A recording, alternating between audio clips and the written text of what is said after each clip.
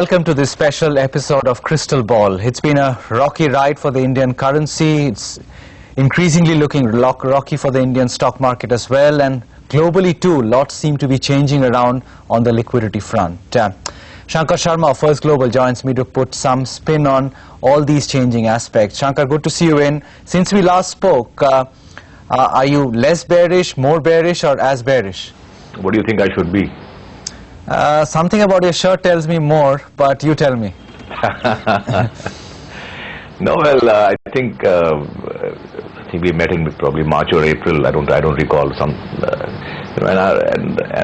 basically my view was that the world was going to enter a very, very turbulent spell.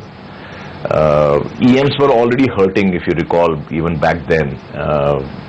The US was not looking bad at all, and while that was, that's almost always the case that one single market can make the entire global equity markets look good, as it happened in 2007 and 2000 as well. So the US was the market that was making the global equities markets by and large look good, but I opined that even that wouldn't last for the entire year, and reasons can be many, but basically it was just that when a single market becomes the cheerleader for what is otherwise a very dismal global macro scenario, then that almost always ends badly. So now we are seeing that bond yields have kind of become the villain. It was subprime in 2007.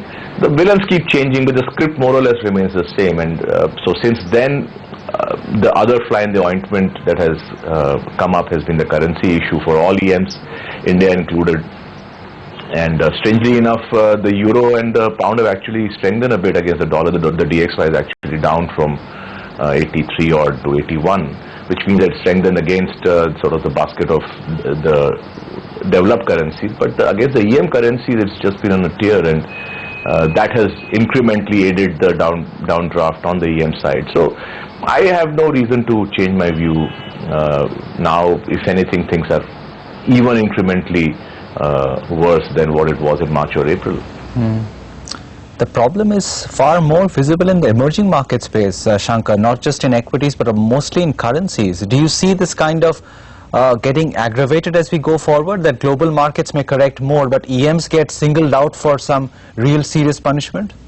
Even if at the risk of sounding really very, very negative, my sense is that EMs, the bull market that started in 2003, is almost winding down. It's coming to an end. So, that may sound, really, really bad or very negative, but in markets we are paid to look at reality and adjust our strategies accordingly. And if you look at the ETF of the emerging markets, which is EEM, trades in the US, that's actually down for the year, while most other markets are up for the year, and that's a dollar-denominated ETF. So that tells you that actually the emerging market class has been an absolute dog this year, and has been hurting even in the previous years since the bear market began. I think on the balance, my gut feel is that this entire bull market that we saw is winding down. It's coming to an end. It'll restart at some point. I don't think that point is anywhere close. I think the incremental moves will be down rather than up.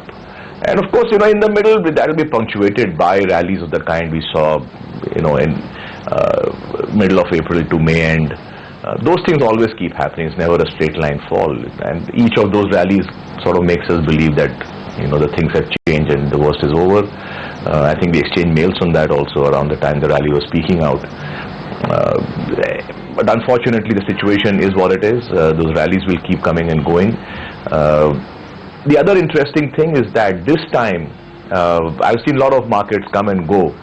This market gave you amazing opportunity to exit, and if you did not take it, then really even God can't help you, because you had a big fall in March, you had a rally in April which lasted about a month. It was a reasonable rally, and the entire talk again became that we will go back and test the highs and take them out and the worst is over. But again the internals of that rally was terrible. and obviously the currency has started to weaken. So you remember the internals were bad, and at the same time the rupee had been weakening while the markets had been rallying. Now those kind of disconnects you have to take very seriously. You can't just shrug them away and say no, it's okay, these things can happen, these small disconnects I don't have to get too bothered about, it's still a good story, etc., etc. So those chickens are coming home to roost. So nobody should be complaining about the market being at 19,000. The market gave you an amazing opportunity. If you didn't take it, too bad. And I don't think that opportunity is going to come back in a hurry. I think just looking at the carnage yesterday in global markets, even today looks quite ugly. I don't think those opportunities will be presenting themselves on a platter that easily.